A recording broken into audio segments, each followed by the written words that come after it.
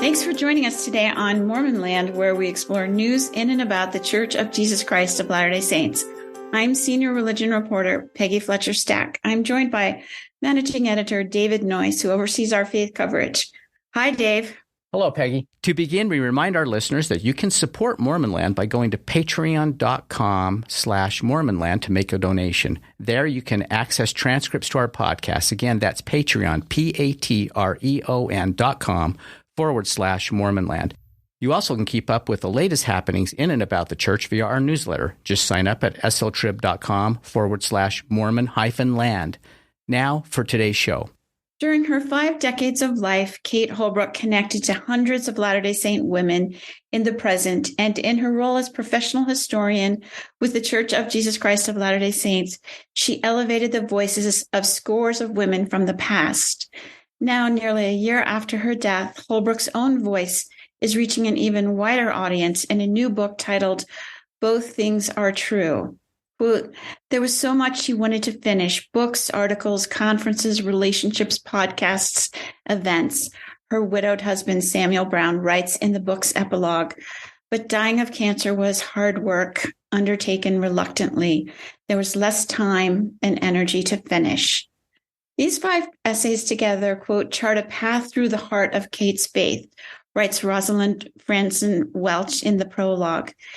These essays speak to history, belief, spirituality, community, and even the beauty of housework and cooking. Joining us today via Zoom to discuss the book is Sam Brown, an ICU physician, researcher, and writer, along with Rosalind Welch, a senior research fellow at BYU's Maxwell Institute and host of the BYU's Maxwell Institute's podcast. Welcome to you both. Thanks, Peggy. I'm happy to be here. Okay, let's start off. And Sam, we're very sorry about your loss, and we're going to try to do this without crying. It's okay. Tears are okay. Tears are okay. How did you all come up with the title, and how does it capture Kate's thinking? Sam? Kate initially had thought she would call it Two Things Are True. She liked the alliteration of it. And as someone like Kate, who was so faithful and so committed to the church, and also such a great friend to people outside the church, including people who had disaffiliated from the church, she spent a lot of time in loving faith and community with people who held very different ideas from others, and also who held potentially conflicting ideas internally. And as Kate reflected on it, she felt like too often we were forcing ourselves into false dichotomies or false choices, that you had to go with A or B, you couldn't be with both, for example. And so with Two Things Are True, she was trying to say very frequently, stuff that looks contradictory is actually part of a meaningful whole that can grow us. And as she was wrapping up, and we'll talk more about this in a second, I'm sure, but we got Maxwell Institute and Deseret Book involved in thinking it through. And Lisa Roper, who's a senior editor and marvelous human being at Deseret Book, said, I get the alliteration, but I think what you're trying to say is both things are true. Not two things are true, but not the third, not some weird listicle, but specifically that notion of tension, of life-giving tension in apparent paradox. And that just seemed correct. So we went with Both Things Are True as Lisa's riffing on Kate's original title. So, Rosalind, how did you get involved with this book? Well, I had worked with Kate on the Maxwell Institute Advisory Council for a number of years. And in particular, we had worked together on the imprint board, which gives advice to the Maxwell Institute on what titles it should publish. And Kate, together with Melissa Inouye, had been passionate advocates for the inclusion of more women's voices is particularly in our Living Faith series, which is a series of books intended for a broad audience. And they had together devised a number of really ingenious ways to make this happen, including grants specifically for women writers, which in fact will eventuate in a title published next year. They together had edited a really fantastic collection called Every Needful Thing that gathered women's voices. But there was something more, and Kate wanted to speak in her own voice. So there had been a project in the works in the very incipient stages for Kate to publish a book in her own voice. As we know, she was a marvelous editor of other women's voices and very gifted at discovering important women, Latter-day Saint women's voices, and in polishing them and shining them up so that they could speak as widely as possible. But she hadn't written much from a first-person point of view. And through a series of events last summer, almost exactly a year ago, I was moved to reach out to Kate and ask her if she was going to be able to write in her own voice. And I hadn't realized at that point how short her time would be. But as it happened, Kate and Sam understood how short their time would be. And as I reached out to offer my help to her in any way that I could, she graciously invited me to collaborate with her. So for about a month, we went back and forth, and both of us developed confidence in the process that I could read her writing, I could discern her meaning, and I could revise it and polish it and add to it in a way that amplified her own perspective rather than inserting mine. And then in the last couple of weeks, as she really began to fade, she sent me the rest of the chapters and asked me if I would complete it, if I would complete the revision and do the work of polishing and knitting together these 5 different essays into a book. So with the help of several other people, namely Miranda Wilcox, who is the editor of the book, Jenny Pulsifer, and Jana Reese, we worked together to try to realize Kate's vision. So what surprised you about these essays? Anything? Yeah, there were several things that surprised me. Kate wrote about what she loved. It seems like at every point in time, and Sam, you can chime in here if you think I've missed something, but she chose her research subjects based on what was close to her heart. So she grew up in a household of women. She was raised by her mother and her grandmother. So women's lives and women's work always attracted her. Of course, her faith in the gospel and the Church of Jesus Christ of Latter-day Saints was the foundation of her life. And so she was drawn to writing about that. She famously loved to cook and was an amazing cook. And so she wrote about cooking.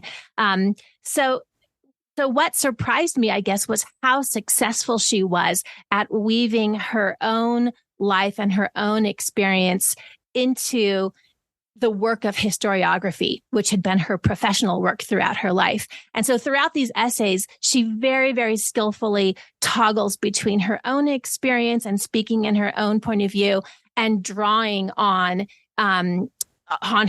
her skills in the historical method and on her encyclopedic knowledge of Latter-day Saint women's history, and was able to weave them together in a way that I had really never heard her do before in life. So, Sam, this isn't going to be the typical book in some respects. Could you explain where the proceeds of this book will go? Yeah, as she was wrapping up,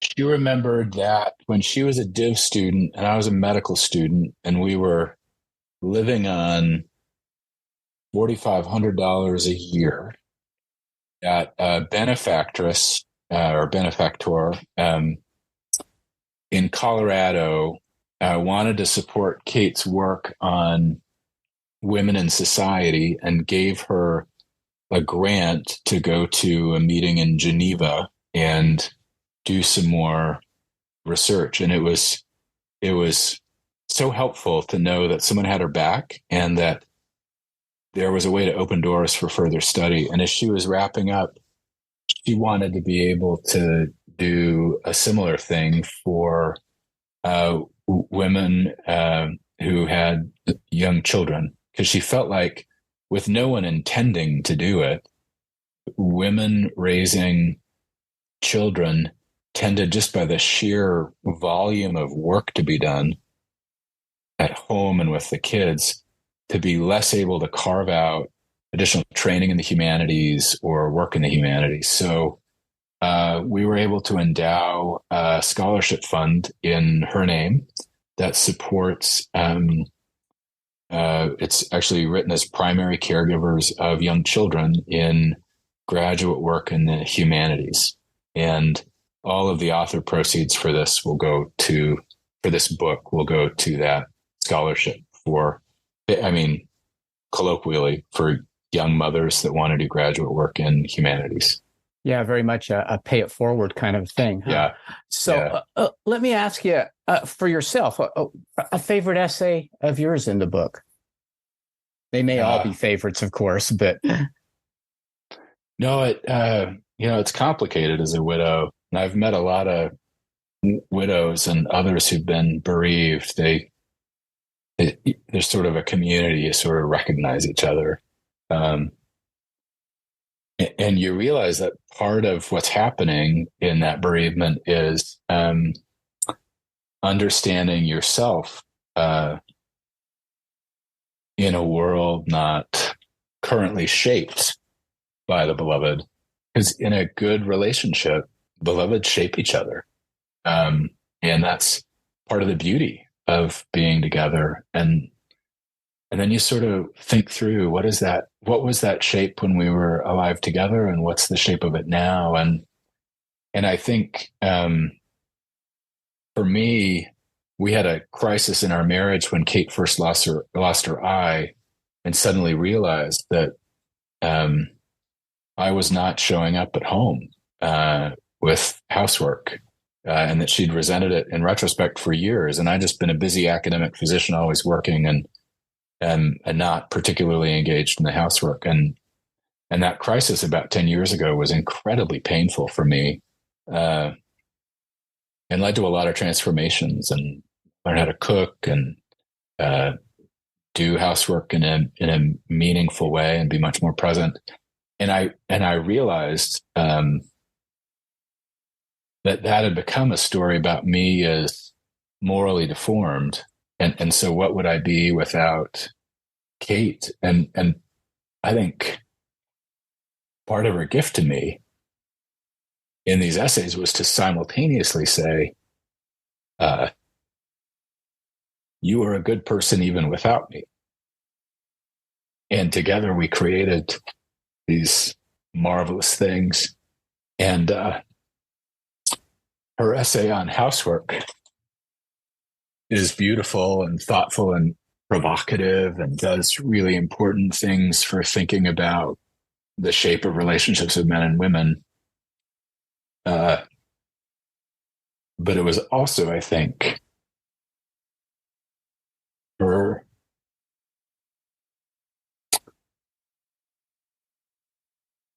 making sure I knew she forgave me for having been a pain in the ass for the first 10 years of our marriage. And for clarity, I was totally faithful and never cruel, I just didn't do any housework. I just worked all the time. And whenever I was home, I always said, I love you and I'm glad to see you. I just wouldn't do any housework because I was exhausted. So that was it. But I felt such remorse about having caused her pain around the housework that essay for me felt like she said, I forgive you. Not a lot. Yeah, I'll just add, I really love that essay as well. It's sort of surprising.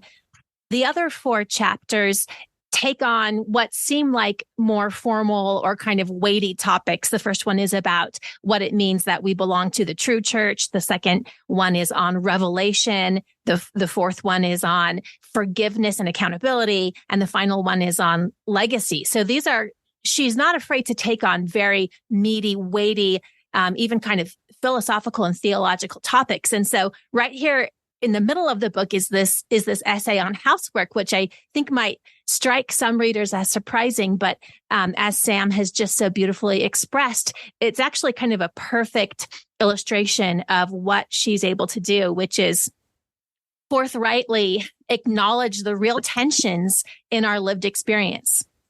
Kate, as a human being, as a public human being, was extremely poised.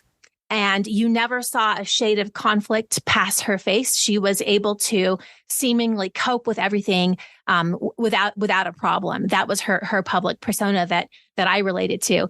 So it was kind of a revelation to realize that she was actually deeply attuned to conflict and to stress, all the things that make real life what they are. And she puts that on display as a crucible of what it means to be a disciple of Jesus Christ. As Christians, we're called to be real and to get our hands dirty in the soil of reality. In fact, this chapter ends with a beautiful meditation on gardening, and it ends with an image of her up to her elbows in earth. And then coping with the messiness and the joy that gardening brought her. So I agree with Sam that that's a very, very special part of the book buried right there at its heart.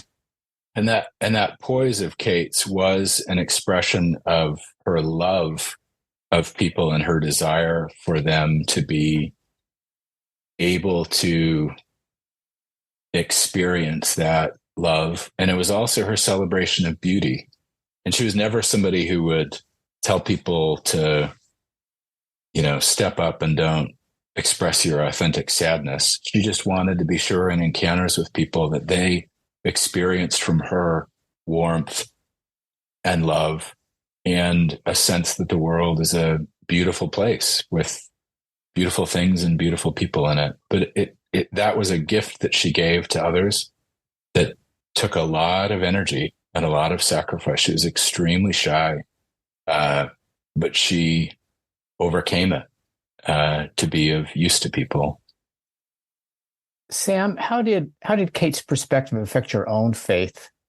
And how have her words helped you cope with her death? You have two questions. Yeah. I since the age of 18, when I transitioned from atheism to theism, I found God and remained reasonably feral, wild or uncivilized or uncultivated.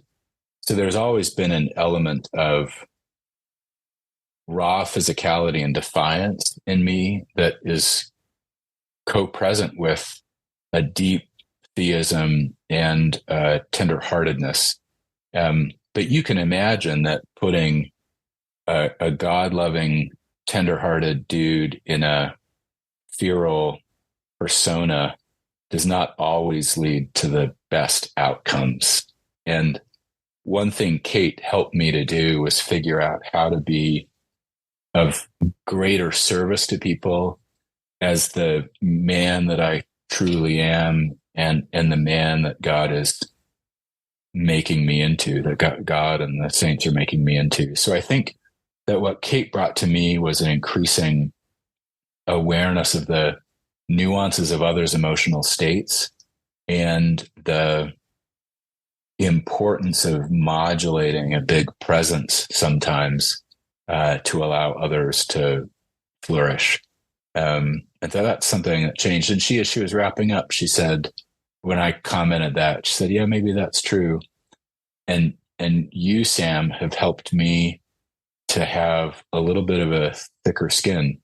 So there is this kind of dynamic sharing as you grow together. The second question is harder. you investigative reporters and your hard questions. For me, this book, I'd read it before, I don't know, 6 months ago, maybe. But I got the book and read it on a plane ride, some work meetings. And it was beautiful and it was hard because simultaneously I had her presence there and an awareness that it was there only in that book. I'm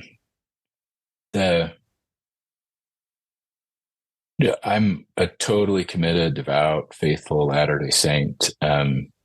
No disclaimers or caveats or asterisks or whatever. And it's true that I don't natively grok afterlife. Because I believe in it and I honor that that's something Kate knew perfectly.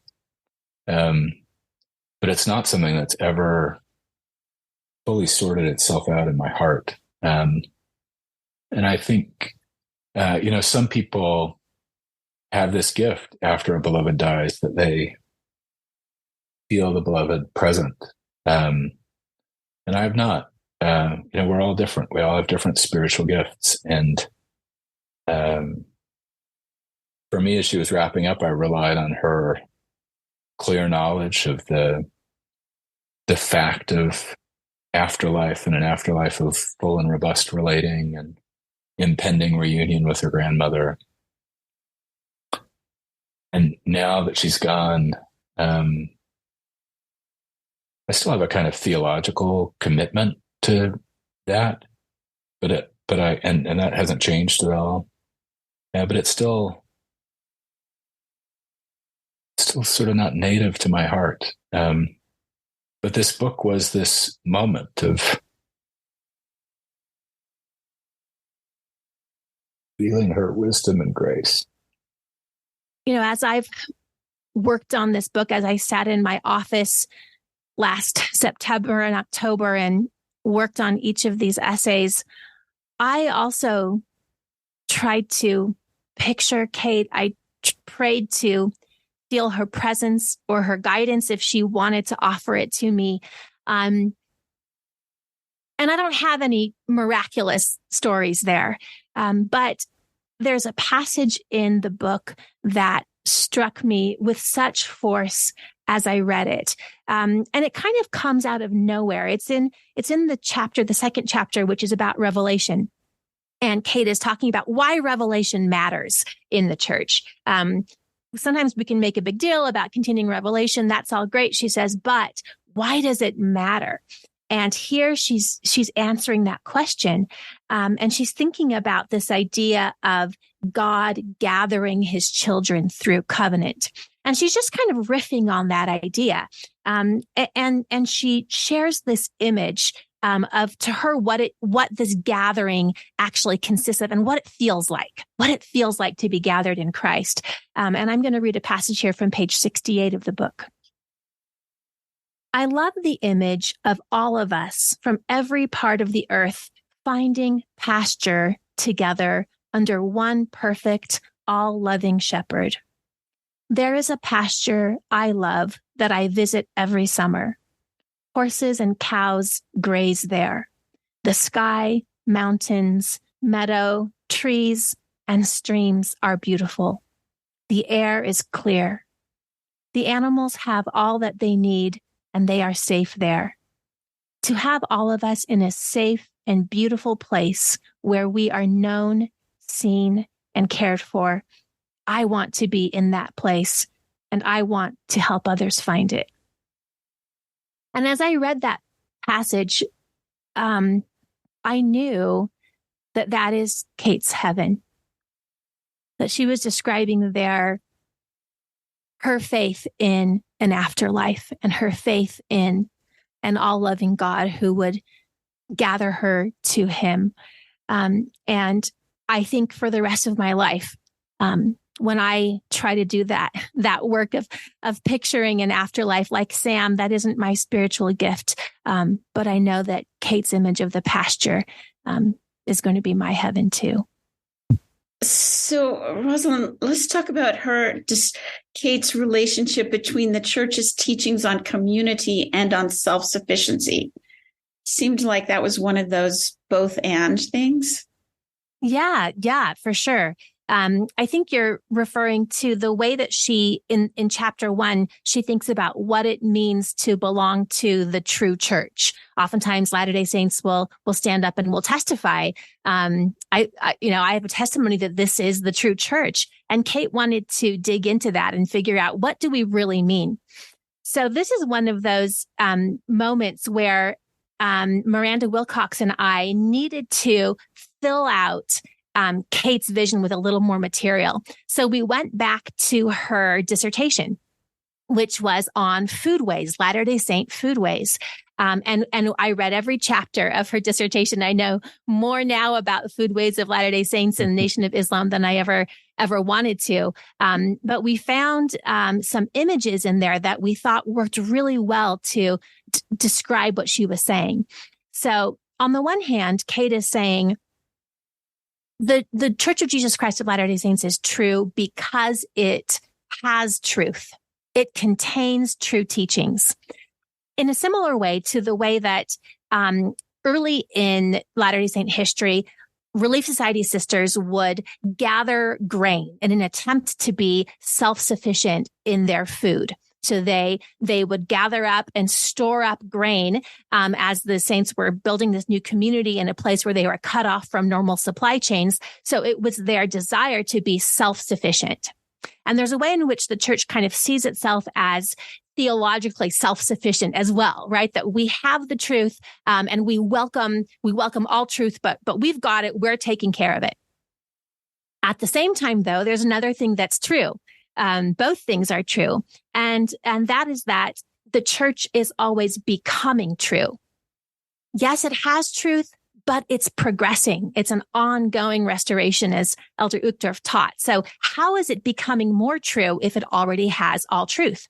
So once again, going back to her dissertation, she did this really fun and interesting work on the ways that Latter-day Saint women, even as they were striving for self-sufficiency in their food supply, they looked outside of their community for things like tablescapes and recipes and decorating tips. And in these early Latter-day Saint women's publications, you can see them engaged in this process of give and take with other communities. And it seems like in the same way, the Church of Jesus Christ of Latter-day Saints will draw in truth from any corner, right? All truth can be circumscribed into one great whole. And our church becomes truer as it brings us into true relationship with one another, as it teaches us to live in fidelity to those inside the church who are our covenant brothers and sisters, those who may have left the church, who we still love and relate to, and those who are no part of the church at all. Kate provides examples of all of those kinds of relationship where we can live in true relationship with one another. And as we do that, we actually aspirationally make the church become true in real time. So, Rosalind, a question. What do you hope readers will take away from the book? It is my greatest hope that when they read the book, they will hear Kate's voice. Many of these chapters actually began as spoken word, as speeches. She was very strategic in her last years as she lived in the shadow of her impending death to spend her time on projects that would have an afterlife. So at least 3 of these chapters originated as speeches. And I would encourage anybody who reads the book and loves it to go onto YouTube and to find those speeches. You can find them with a little bit of digging. And I hope that when you hear her very distinctive spoken voice and the incredible warmth and compassion that she was gifted to convey in her spoken communication. I hope that has come through in the written word. That was my greatest hope, was to preserve that, to enhance it, not to do anything to insert my own sensibility. In fact, there are things that Kate and I actually disagree with. And it was a very interesting experience to write for Kate, to write on behalf of Kate, not in conversation with her, but for her. It was a deeply spiritual experience in many ways for me. So I hope that readers will come away with a sense of her voice. And I pray that it's been preserved in these pages. So in the last chapter is titled "The Weight of Legacy." You wrote in the prologue, it's almost unbearably poignant to read that chapter in the light of her death. This awareness did not lead her to despair, obviously knowing she was going to die, but rather to sustained contemplation of her life's remnant. Her willingness to pursue this question seems to me an act of astonishing spiritual courage. What did you mean by that? And what do you think her spiritual legacy is going to be? The weight of legacy here. Yeah. I can't know what it's like to live in the knowledge of my imminent death. All of us, of course, live every day in the knowledge of our eventual death. And I think we have a lot to learn from those who are currently in the valley of the shadow of death, because their situation is ours as well. We just have the luxury of not recognizing it. Still, I live my life day to day, expecting that I'll be around to do things in a year, in 5 years, in 10 years, in 20 years. Kate didn't have that luxury, where most of us can distract ourselves and live in a kind of fantasy world where we'll live forever. Kate didn't. She could have. I think she could have retreated and refused to think hard about what it means that her life would be short. But she had the courage to continue on that path led by her good shepherd, I believe. I think it was her relationship to Jesus Christ that gave her the strength to do so. But she was willing to think about what it meant that she would die soon. Kate was ambitious. She was so gracious and so humble that you might miss that aspect of her personality, but it comes out in this chapter. She was deeply ambitious and she wanted her life to be big. She had big dreams and sensed that she had an important mission. So in this chapter, she validates that and says, as disciples of Christ, when we're asked to lose our lives that we can gain it, it doesn't mean that we can't have ambition and that we can't have dreams for our lives. But what she argues so persuasively is that the influence of our lives is amplified when we invest in other people. We become larger when we make those we live in relationship to larger. So I think her legacy will be, in fact, the ways, not only the short stack of books on the shelf. Her career was relatively short. She only published this one book in her own name. She edited a handful of other books, but it's a short list. They're treasures and they will live on.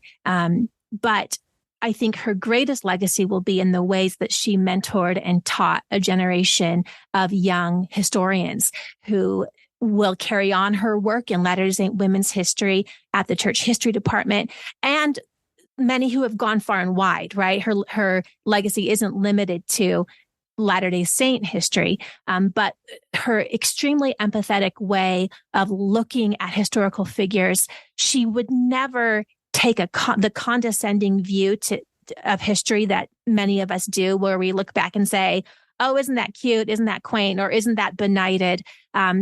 Every historical person that she came across, whose voice she was privileged to read and to hear, she wouldn't rest until she understood why their lives mattered in their own view, right? What to them was the meaning of their life. And then she was able to unearth that and give it to us as a gift. And this sort of empathetic approach to history and historical figures that she trained many young historians in. Any reader of the book will be trained in it as well as you witness her doing it. I think that will be one of her greatest legacies. So one last question for you, Sam. What do you hope readers will take away from the book? People who didn't know her, just reading it.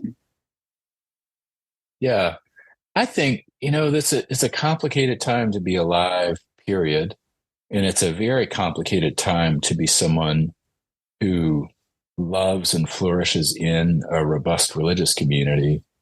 And I would hope that coming away from this, people would have this shock of awareness that this incredibly bright, warm, gracious, cosmopolitan woman loved this faith community with her whole heart and believed it, heart and soul, and then invites you into this world of love and belief and commitment that is not, it's not brittle, it's not partisan, it's not rigid, it's warm and life-giving like a garden, and it's messy like a garden, but it's messy to the end of growing these beautiful things. It's not messy to be celebrated because messy, messy, messy. It's that the reality is that good and glorious and beautiful things grow in the setting of this earthy experience of ours. So I feel like, and she didn't have all the answers, and none of us has all the answers, but here's this example of a working mother and intellectual, with lots of really interesting and complex and nuanced beliefs, who loved and served with her whole heart in a warmth that extended both inside and outside the community. So that introduction to this kind of a woman, they do exist. Kate was not the only one. She's just a very memorable and powerful one. So Sam Brown and Rosalind Welch, thanks for joining us today. Thank you, Peggy. And thanks for having us. Thanks to Dave Noyes and to our producer, Nicole Weaver. We remind our listeners they can keep up on all the happenings in and about the church by subscribing to the Salt Lake Tribune's free Mormon Land newsletter. Just go to sltrib.com to sign up. Talk again next time on Mormon Land.